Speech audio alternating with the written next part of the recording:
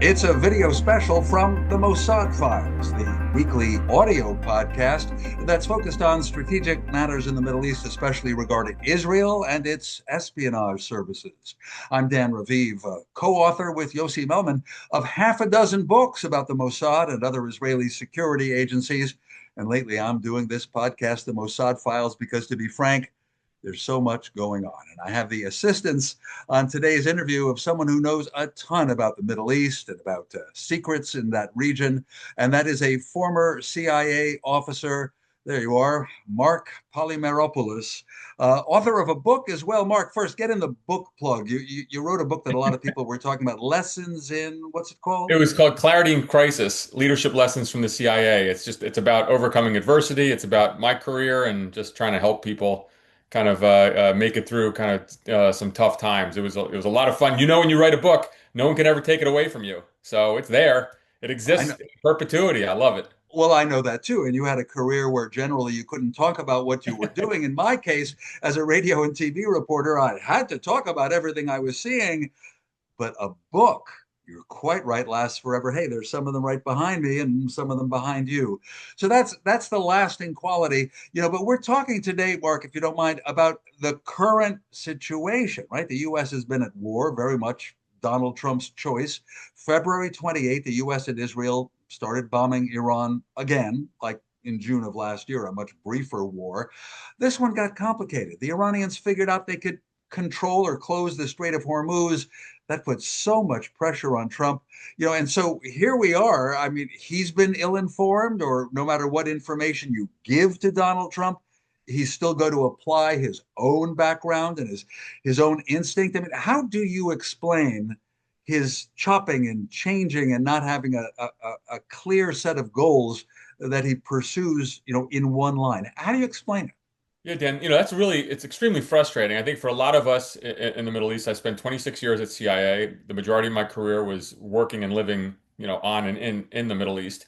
And Iran was absolutely an enemy of the United States. Let me be very clear. Also, of course, an enemy of the state of Israel. And so, no tears are shed by anyone in my old world about us finally taking it to the Iranians, just in theory. The problem, of course, is in practice, and how this has come about. And I worry that we certainly might not have the right national security team, or frankly the right leader in the United States to do this. And we see policy made by Truth Social flip-flops all over the place.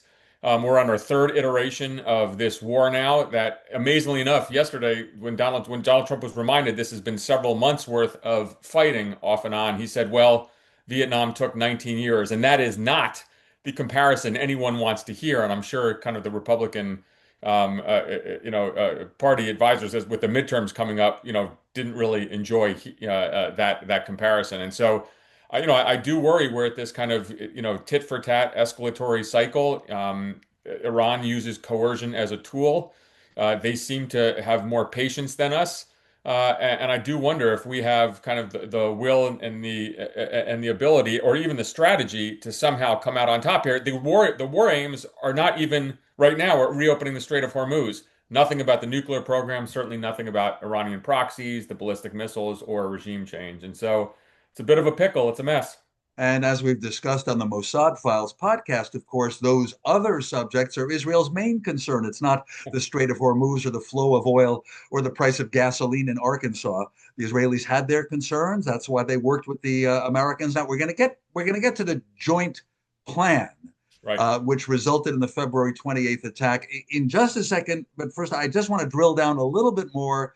As an intelligence professional, what's your analysis? I know from the outside, as to whether Donald Trump was getting good intel from the US intelligence community, and Israel contributing what it knows, though Israel always, of course, is going to bias things right in the direction of what Israel wants to accomplish. Did Trump get good intel?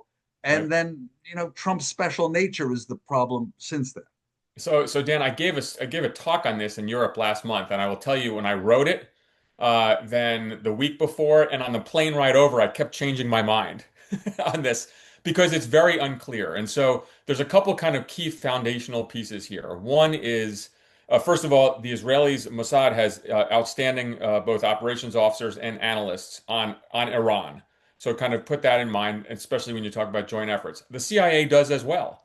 We used to have a very deep bench of Iran experts on this. And you also have, just kind of those people like myself, the formers in the world, who probably could have told you every war game in perpetuity, the first thing the Iranians would do if there ever was an attack would be to close the Strait of Hormuz. So, there's a question on, was this all presented to the president by his intelligence advisors at the time, Tulsi Gabbard, who lost favor and wasn't even included in the room, and then John Ratcliffe, the CIA chief. And what about analysts who perhaps were they worried about politicization? But we have something called the President's Daily Brief, and that's not just given to the president. That's the key to that's the keys to the kingdom. That's the absolute Bible of daily intelligence that goes to the president and all the key cabinet officials. And so I can't imagine that there wasn't pieces in there talking about what if in scenarios, what if the U.S. does X, Y, and Z. So, so, And so is so it your suspicion? perhaps. So is it your suspicion that over optimism, especially from the Israelis, may have swayed Trump? Because Trump might have thought, yeah, that's what I want to accomplish. Yeah. So two things on that. One is that the analysis was solid and good, and his intelligence chiefs and the chairman of the Joint Chiefs and others did not present this forcefully enough to Trump, or he doesn't care really what anybody says, and there's some past history on that, and goes with his own gut. And the final point, there is that kind of notable piece which the New York Times and Maggie Haberman and Jonathan Swan in their book Regime Change really detailed, which is a meeting with Prime Minister Netanyahu in the Oval with David Barnea, the Mossad chief, kind of piping in and kind of putting forth a very optimistic scenario with the U.S. advisors in the back saying, I don't know, I'm not so sure, but Trump really going with his gut against the intelligence community and perhaps siding with Bibi and Barnea. But at the end of it, it's all very confusing because ultimately, I think some bad policy choices were made, and so we really don't know. Is it bad intelligence? Is it advisors who are worried about or too sycophantic to the president, or did he just decide to go with Bibi and Barnea over the USIC? I think history is still kind of writing its narrative on this. All right, he might have decided. And then this past week, we get details of one part of the Israeli plot, Yeah. which, according to the sources, the Mossad did share with the CIA. The Americans knew. Well, what am I talking about? Not just bombing Iran on February 28th, but activating an agent whom the Mossad had been cultivating for several years, and of all people, the former Iranian president Mahmoud Ahmadinejad. What an enemy of Israel, a clear anti-Semite. He'd been in, if you will, forced retirement, almost house arrest within Tehran, banned from running for president again. So I can see reasons that Ahmadinejad would be angry at the regime. It's still stunning that he would work with the Mossad, but the story was there in the New York Times and Haaretz. Details are coming out elsewhere. First, that surprised you, or in your experience of running agents in the Middle East, sometimes it's the least expected people who will agree to be your agent? So let me start with the notion that Mossad has pulled off some staggering operational successes over the last several years. I mean, their ability to with the find, fix, and finish mission, manhunting, that's establishing pattern of life on a high value target and then eliminating them, whether it's in Iran or Lebanon or Syria, anywhere else, is absolutely astounding.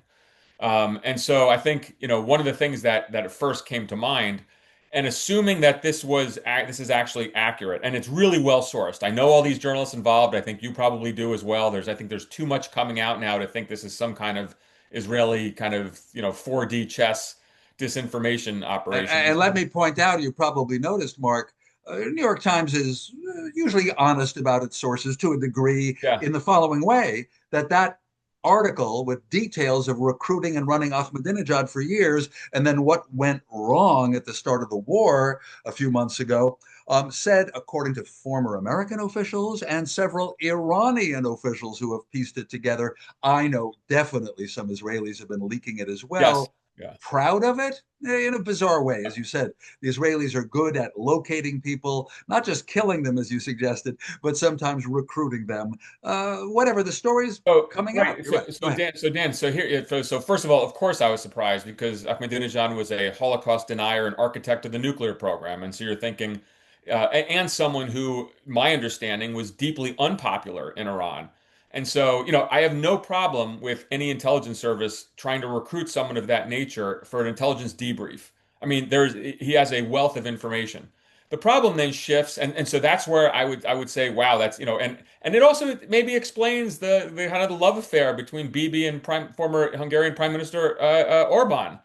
We could not figure out why the Israelis were close to the Hungarian government. Well, it looks like Ahmadinejad was invited to Hungary for a university lecture, and that's where the Israelis made contact as part of the whole recruitment approach. And if again, he was Ahmadinejad was on the outs. You look at how people are recruited, it makes some sense. The problem I have then is to use him in a regime change operation, and that's where I wonder if. And this was told to me by multiple former Israeli intelligence officials as well. As did everyone kind of get too high on their own supply? So many operational successes that then they kind of shot for the moon and really overshot here. And one former Israeli official, when we were discussing this, said, "This sounds really effing stupid." The idea of using Ahmadinejad for a regime change operation, not recruiting him. God bless, amazing. But and then it all goes awry. And if you believe the stories, again, it's not only did it go awry, but Ahmadinejad seems to have gotten cold feet at the last minute when Yeah. there was an airstrike, they broke him out of his house arrest, and then he changed his mind. And so, with that in mind, too, putting my case officer hat on, and what the Israeli Mossad case officers also would have been compelled to do is, was he a suitable asset for this? And it turns out he probably was not because at the last second, he seems to have changed his mind. So, Yeah, well, I'll give you that. And so that's a yeah, matter of psychological profiling and the case officer, right.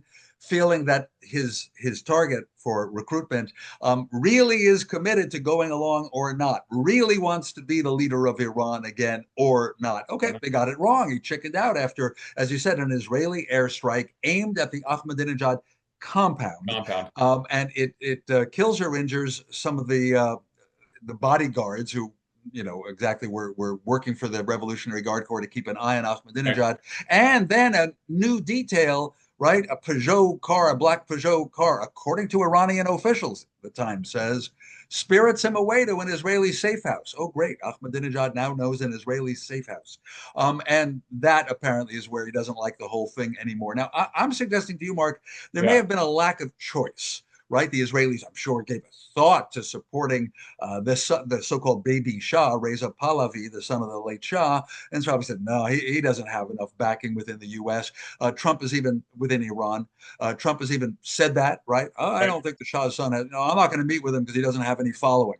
So Ahmadinejad, knows how to run the country, knows the instruments of power. He seemed willing. I mean, it doesn't seem to me totally absurd. And even you, as an intel professional, are saying the problem was that he chickened out, that he wasn't committed.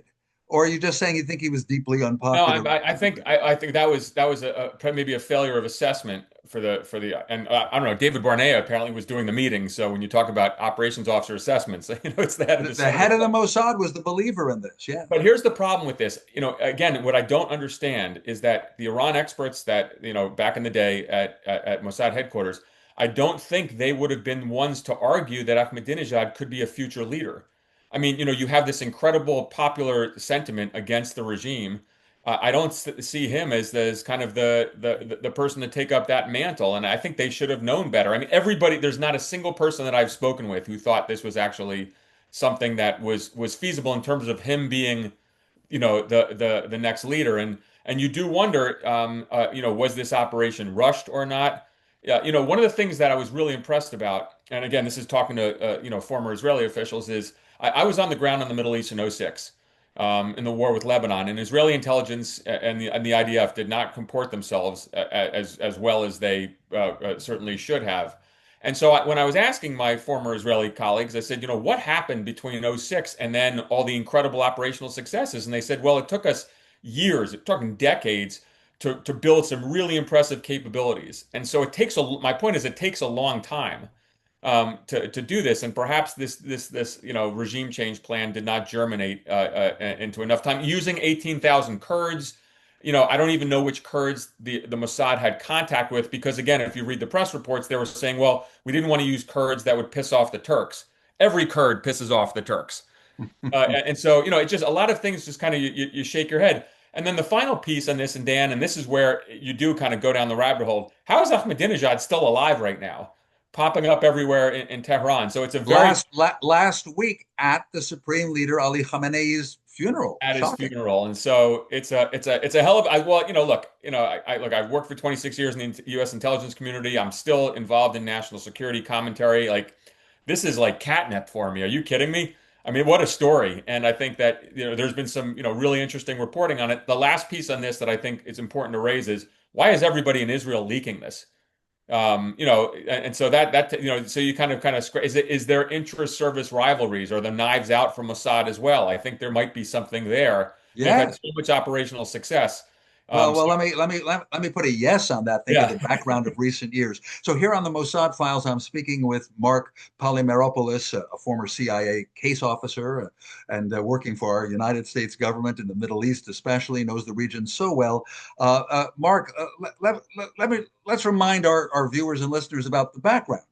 Israel has an election now scheduled definitely for October 27th. Netanyahu wants to stay in power, claims to be a huge success in what he calls a seven-front war. It followed the Hamas attack on Israel, October 7th, 2023. Horrible failure of Israeli intelligence and military not responding on the day. Obviously, the prime minister wants to be a hero since then. And so he was boasting about having greenlit various yep, Mossad projects in Iran. Nuclear scientists were killed. Of course, last year, June of last year, Yossi Melman and I wrote a book called Target Iran that's about the paramilitary yeah, men and women, mostly men, that the Mossad had recruited, non-Israelis, Iranians generally, trained in Israel and other countries. 140 of them, we found out, were there actually, to build drones to that's launch them right, against targets on the morning of the war. So tactically, wow. So as always, the question mark is tactics versus strategy, right. right? Israel wanted to weaken Iran's nuclear program and ballistic missiles because those missiles, even without a nuclear warhead, can make life hell for Israelis. So that's the Israeli priority, which doesn't match the Americans. But when Donald Trump wants to help you, you say yes and you find a way to work together. So maybe the regime changes too much. The Israelis should have focused just on Yeah. still the nuclear program and now ballistic missiles. No, I think so. And first of all, the book was fantastic when it popped up. I think it popped up on Amazon. You can get it on Kindle. I read it right away. And those details, and I'm gonna just flatter you a little bit as I was looking at that. There are some things that I hope that U.S. intelligence would take from this, and that's what Mossad obviously did. Was they in essence, I don't think these were Mossad case officers on the ground. These were in essence principal agents. They were recruited, trained, and they were put into play. And I think that that's something that U.S. intelligence doesn't do enough of, that the Israelis did very effectively. So incredible operation, but. Right. So that's, tactically brilliant, but, on strategy, and this goes to the Israeli policy community, frankly, does Prime Minister Netanyahu have a strategy now for the future of the Middle East, as opposed to this kind of never-ending war? And I would argue that, with all of what October 7th was a horrific tragedy. It's something that makes everyone nauseous. I was one of the U.S. media members who were invited to the Israeli embassy in Washington. I saw the raw footage. I was horrified by what I saw. And then with all the Israeli operational successes, there was a point, I think, where strategy would have taken hold if Netanyahu had just uttered a couple words to Mohammed bin Salman, the Crown Prince of Saudi Arabia, saying something to the effect of, yes, there could be a future Palestinian state. That's all he had to say. And MBS would have said, then I will join the Abraham Accords. Now we're talking strategy. We're talking a regional alliance against Iran. But that did not happen. And so, you can Which, have, by the way, is not because Netanyahu could never countenance an independent Palestinian state of some size. Years ago, right, he met Arafat. He said he could go for a two-state solution if the Palestinians were, demilitarized. But in his coalition, that's right. are ministers who want to keep the West Bank and now Gaza forever. Right. And so that's what's holding him back from Yeah. even saying those strategic words to Mohammed bin Salman of Saudi Arabia. That's all he would have had to say. And, look, you do have to have an Israeli, kind of national security policy that combines the incredible military and intelligence prowess with diplomatic prowess as well. And I think that unfortunately has been missing. We'll see what happens in October. I mean, I think that, perhaps people miss the notion that that some of the things that the Israeli military and government will do may be the same. I don't think you'll have a full-scale withdrawal from Gaza. But there's a different tone. There will be a willingness to say some things different, for example, to the Mohammed bin Salmans of the world. I think that's important, and perhaps there are things that can be done on the diplomatic front, is what I'm suggesting. But I'll tell you one thing: there's no doubt in my mind that with this, and I would call it a hot piece right now, and still some question. I mean, clearly the Israelis are not back in on the fight, although that might occur depending on how much this escalates. Mossad is right back to where they were. In essence, you now not exactly right back, but you now have an emboldened Hezbollah. They have reconstituted, and you have an Iranian nuclear program which has been certainly damaged, but has not been obliterated, or whatever silly words were being used. So I think that Israeli intelligence has an incredible role to play in the future. I would hope that what happens, everything is fungible. So Israel did this incredible operational acts, but you're using agents on the ground. So sometimes you have to then rebuild, and I would imagine that is exactly what they are doing. This capabilities that you just described, Dan, with paramilitary forces, principal agents on the ground. I wonder if they still have them, or they now have to reconstitute them, because you use them and then they're done. But there's no doubt this is not a time to kind of rest on your laurels at all. Yeah, and it's no joke, but we mentioned earlier they probably lost at least one safe house in Tehran because they briefly had Ahmadinejad there on ice. That doesn't help. Now, as for the restart, now think of this. Let's just think about it together. There is a new director of the Mossad, Roman Goffman. He took over in the first week of June, so very recently. Right. He's disavowing a lot of Dedi Barnea plans. He fired the Barnea deputy Deputy. too to Yep. kind of get a fresh start. In effect, Goffman is signaling, I'm from the military. I have Bibi Netanyahu's trust. I was his military secretary. Bibi just chose me. So that means he's got a lot of possibilities if he comes up with a new approach.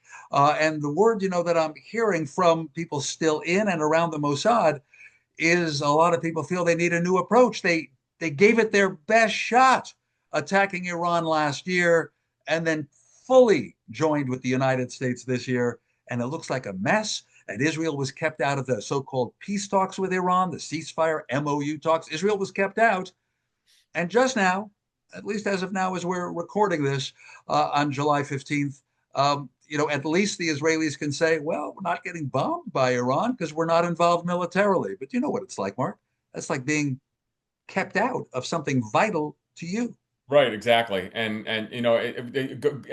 of course, going back to the Mossad issue, I think there a lot was made. Look, I'm looking at this as an outsider, and leadership changes occur, and that's okay. And my understanding, and perhaps I'm incorrect, is that there's been leadership changes before in which senior levels of Mossad did turn over. Sure. I think the problem that I think some have is that you really want to have a Mossad director who does have some independence. And I go back, my favorite Mossad director, for what it's worth, was Meir Dagan, who I had the opportunity to meet.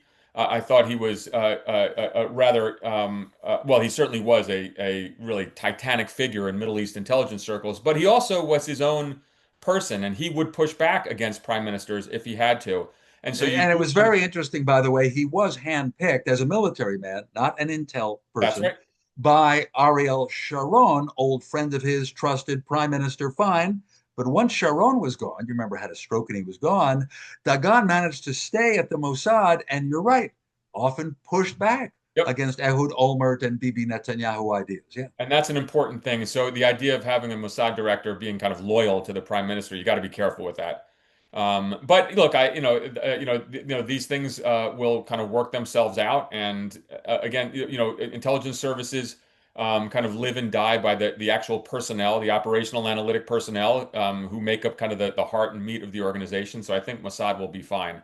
in the end. And then, we'll see what happens with new Israeli elections when that comes as well. And I think because that could change the strategy right. that Israel's government is officially pursuing, and the Mossad loves being involved with secret diplomacy. I can assure you of that. And when they had to be militant under Barnea, they proudly had the Yep. paramilitaries in Iran. So they love to be involved. And by the way, like all Israelis, they're wondering what the outcome of the October 27th election will be. Yeah. Absolutely. And one of the things, and just let me just perhaps throw one thing out there, and all this is anecdotal. My time working with the Israeli national security establishment was about 10, 15 years ago or so, where I really had the most kind of contact when I was still in, and we really did some extraordinary work together. But I also, and perhaps this reflects a bit of a changing Israel. These were individuals who, were very much in favor of the peace process. And now October 7th, of course, did not happen, but the Intifada had happened. But they had a kind of a vision and a future, and I didn't find them to be particularly political either way. Yeah. At the end of my career, some of the Mossad officers that I met at the more senior levels, I found had tilted to the right a bit. And it's just an observation, and perhaps it's a reflection of Israeli society as well. Oh, And so, yeah. that always kind of in the back of my mind, I always kind of, wondered about that. Um, Sure. So the individuals are important. And if you check in, and I know you're still in contact with yeah, people after the Hamas massacres and atrocities of October 7th, I, even in the intel field, a lot of people no longer say peace would be the answer. And instead, even in the intel field, they and I say, get it, by the way. I understand that. they say, I don't have a partner right now. Yep. But maybe some Israeli prime minister will work harder toward that. We are out of time. I don't even have time to ask Marc Polymeropoulos what your solution would be to reopening the Strait of Hormuz, restoring stability in the oil markets, and bringing peace to the Next Middle time, for East. next time. Hey, that's for next time, as you Okay. say. Marc Polymeropoulos, thank a fantastic guest, former CIA officer, and I'm often bad at titles of books, so someone should look at your book because it's crisis Clarity advising and and crisis. clarity in crisis. Crisis. And Yes. there's so much on your career there too, so it's really terrific. Thanks. Marc Polymeropoulos, thanks very much for being here on the Mossad Files. Thanks, Dan. I hope you enjoyed that interview. It'll be part of an audio episode of the Mossad Files. I have an audio podcast on all the major audio platforms every week. That's the Mossad Files with Dan Raviv, a quick book plug for my books. Written with Yossi Melman. Here's our history of the Mossad and other Israeli security agencies, spies against Armageddon, inside Israel's secret wars. And you heard Marc, the former CIA officer, say that he enjoyed our inexpensive ebook called Target Iran on how the Mossad penetrated Iran over the years. Catch you on the audio side with the Mossad Files. Thanks, I'm Dan.